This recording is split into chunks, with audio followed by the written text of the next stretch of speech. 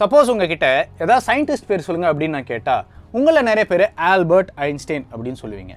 ஏன் என்னோட மைண்ட்லேயும் டக்குன்னு ஞாபகம் வர பேர் ஆல்பர்ட் ஐன்ஸ்டைனாக தான் இருக்கும். ஏன்னா அவர் சயின்டிஸ்ட்டுங்க மத்தியிலையும் சரி மக்கள் மத்தியிலையும் சரி ரொம்பவே பாப்புலரான ஒரு ஆள். ஆனால் யாருக்குமே ஓவர் நைட்டில் பாப்புலாரிட்டி கிடைக்கிறது இல்லைல்ல. ஆனால் ஆல்பர்ட் ஐன்ஸ்டைனுக்கு ஓவர் நைட்டில் பாப்புலாரிட்டி கிடைக்குது. ஏன்னா அவர் செஞ்ச சம்பவம் அப்படி என்ன சம்பவம் பண்ணார் அப்படின்னு கேட்குறீங்களா?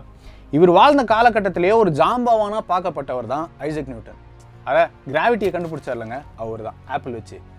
அவரோட கிராவிடேஷனல் தியரியில் சில குறைகள் இருக்குது அப்படின்னு இவர் ஓப்பனாக ஒரு ஸ்டேட்மெண்ட்டை விட்டுறாரு. ஸோ உலகமே மிரண்டு போய் இவரை பார்க்குது, யாரா இவன் இப்படி ஒரு ஸ்டேட்மெண்ட்டை விட்டுருக்கானேன்னு.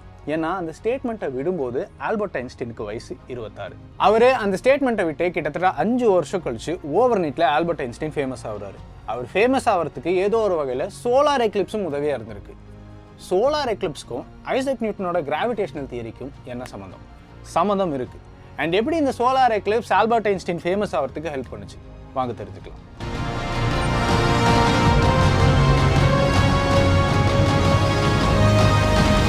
ஐசக் நியூட்டனை பொறுத்த வரைக்கும் கிராவிட்டி அப்படிங்கிறது என்னன்னா, 2 பொருட்கள் ஒன்று அட்ராக்ட் பண்ணுறது தான் அவர் கிராவிட்டி அப்படின்னு சொல்லியிருந்தாரு.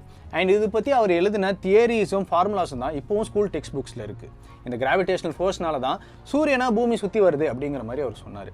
இப்படி சொன்ன அவரால் எதுக்காக இந்த ஃபோர்ஸ் ஆஃப் அட்ராக்ஷன் நடக்குது, ஏன் ஒரு பொருளை இன்னொரு பொருள் அட்ராக்ட் பண்ணுது அப்படிங்கிற ரீசன் அவரால் சொல்ல முடியல.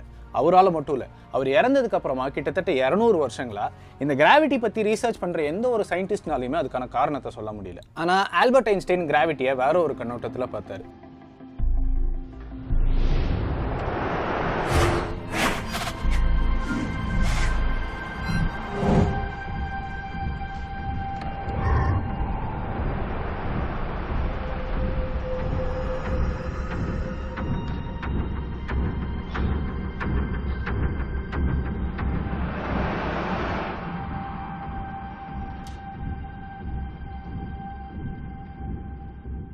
இந்த கிராவிட்டி பற்றின சில தியரிஸையும் ஃபார்முலாஸையும் அவர் சென்ட்ரல் தியரி ஆஃப் ரிலேட்டிவிட்டி அப்படிங்கிற பேப்பரில் பப்ளிஷ் பண்ணியிருக்காரு. அதை பற்றி எக்ஸ்பிளைன் பண்ணணும் அப்படின்னு நினச்சோன்னா அது ரொம்பவே காம்ப்ளிகேட்டடாக போகும். சிம்பிளாக சொல்லணும்னா, ஐன்ஸ்டைனை பொறுத்த வரைக்கும் கிராவிட்டி அப்படிங்கிறது ஸ்பேஸில் இருக்கிற 2 ஆப்ஜெக்ட்ஸ்க்கு நடுவில் நடக்கிற அட்ராக்ஷன் ஃபோர்ஸ் கிடையாது. ஸ்பேஸில் இருக்கிற மாசான ஆப்ஜெக்ட்ஸ் ஸ்பேஸோட ஷேப்பவே பெண்ட் பண்ண முடியும் அப்படின்னு அவர் நம்பினார். அதாவது மிகப்பெரிய சன் ஸ்பேஸவே அதை சுற்றி பெண்ட் பண்ணும் அப்படின்னு நம்பினார். ஸோ பெண்டாகி இருக்கிறனால ஏதாவது ஒரு பொருள் ஸ்ட்ரெயிட்டாக வந்தாலும் அது பெண்டாகி தான் போகணும். அதனால தான் பிளானட்ஸ் எல்லாம் சன்னை சுற்றி ஆர்பிட் பண்ணிக்கிட்டு இருக்கு அப்படின்னு சொல்லியிருந்தார். இது பார்த்தீங்கன்னா லைட்டையும் பெண்ட் பண்ண முடியும் அப்படின்னு அவர் சொல்லியிருந்தார். ஆனால் இது தியரிட்டிக்கலாக மட்டும்தான் அவரால் சொல்ல முடிஞ்சுது. லைட் எப்படிப்பா பெண்ட் ஆகும், அது ஸ்ட்ரெயிட் லைனில் தானே ட்ராவல் ஆகும், ஏதோ பைத்தியம் மாதிரி ஓலையிட்டு இருக்க அப்படின்னு யாருமே அவரை நம்பல. ஆனால் யாரா இந்த மனுஷன் கிராவிட்டியை பற்றி இப்படி எழுதியிருக்காரு, இவ்வளோ நாளாக கிராவிட்டியை பற்றி நம்ம நம்பின விஷயம் எல்லாத்தையுமே மாற்றி எழுதியிருக்காரு. ஆனால் பாவம், இது அவரால் ப்ரூவ் மட்டும் தான் பண்ண முடியல. I think we should help him அப்படின்னு சொல்லி இங்கிலாந்து நாட்டை சேர்ந்த 2 பேர், ஃப்ராங்க் டைசன், எடிங்டன் அப்படிங்கிறவங்க முன் வராங்க. அப்போ தான் ஒரு பிரச்சனை. ஃபர்ஸ்ட் வேர்ல்டு வார் நடந்துக்கிட்டு இருந்த டைம் அது. ஜெர்மனியும் இங்கிலாண்டும் தான் மாற்றி சண்டை போட்டுக்கிட்டு இருந்தாங்க. ஸோ இங்கிலாந்து நாட்டுக்காரர்களான எடிங்டன் கிட்டேயும் ஃப்ராங்க் டைசன் கிட்டேயும் ஒரு கேள்வி எழுப்பப்படுது.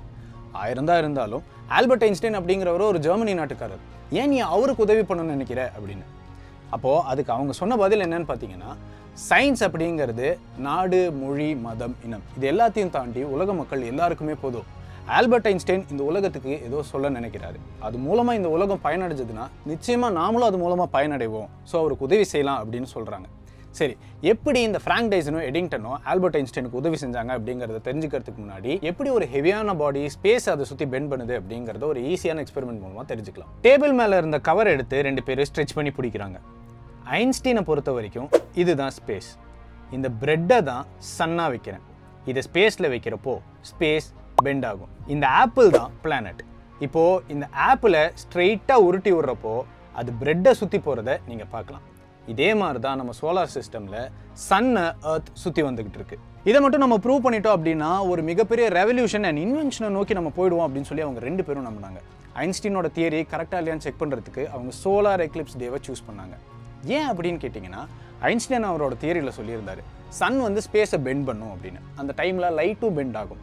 ஸோ இதை செக் பண்ணுறதுக்கு நைட் டைமில் ஸ்டார்ஸை ஃபோட்டோ எடுத்துக்கணும், அதுக்கடுத்து சன் வரும்போது ஸ்டார்ஸை ஃபோட்டோ எடுத்துக்கணும்.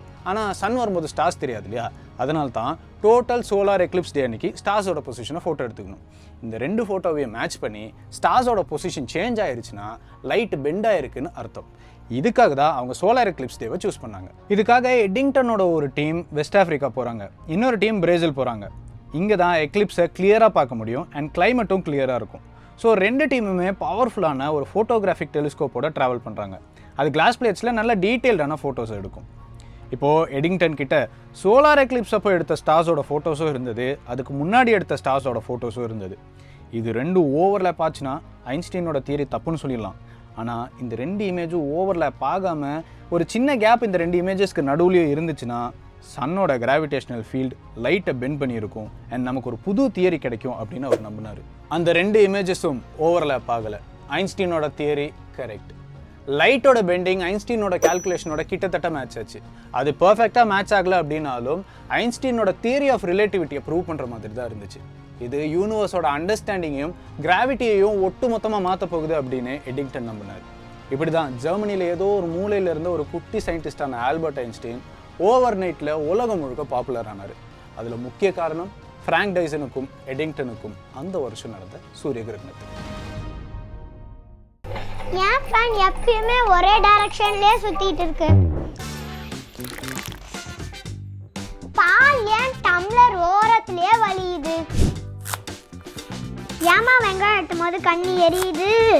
ஏமா இந்த நியூஸ் பேப்பர்ல எல்லா பக்கமும் இந்த 4 கலர் மட்டும் இருக்கு? ஏன் இந்த கிருமிங்களாம் நம்ம கண்ணுக்கே தெரிய மாட்டேங்குது? ஏன் ஏன் ஏன் ஏன் இதே மாதிரி உங்கள் குழந்தைங்களும் ஏன் ஏன் ஏன்னு கேள்வி கேட்குறப்போ நம்மள நிறைய பேர் வாயாடி அமைதியாரு பேசாத சேட்டை பண்ணாதன்னு சொல்லி குழந்தைகள் நம்ம அடக்கி வச்சுருப்போம். உங்களுக்கு ஒன்று தெரியுமா? குழந்தைங்க ஏன் அப்படிங்கிற கேள்வி கேட்குறது தான் சயின்ஸை கற்றுக்கிறதுக்கான முதல் படி. இந்த மாதிரி குழந்தைங்க கேள்வி கேட்குறப்போ குழந்தைங்களை நம்ம அடக்கி வைக்காமல் அதுக்கு பின்னாடி உள்ள சயின்ஸ் என்ன அப்படிங்கிறத நம்ம வீட்டில் உள்ள பொருளை வச்சே நம்ம சிம்பிளாக எக்ஸ்பிளைன் பண்ணோம் அப்படின்னா அவங்களுக்கு ரொம்ப எளிமையாகவும் புரியும். அது மட்டும் இல்லாமல் சயின்ஸில் ஃப்யூச்சரில் நல்லா பெர்ஃபார்ம் பண்ணுறதுக்கான வாய்ப்புகளும் ரொம்ப ரொம்ப அதிகம். ஆனால் நம்மள உள்ள பெரிய பிரச்சனை என்ன அப்படின்னா இந்த மாதிரி வீட்டில் உள்ள பொருட்களை வச்சுக்கிட்டே நம்ம சயின்ஸை எப்படி கற்றுக் கொடுக்குறது அப்படிங்கிறது தெரியாதது தான்.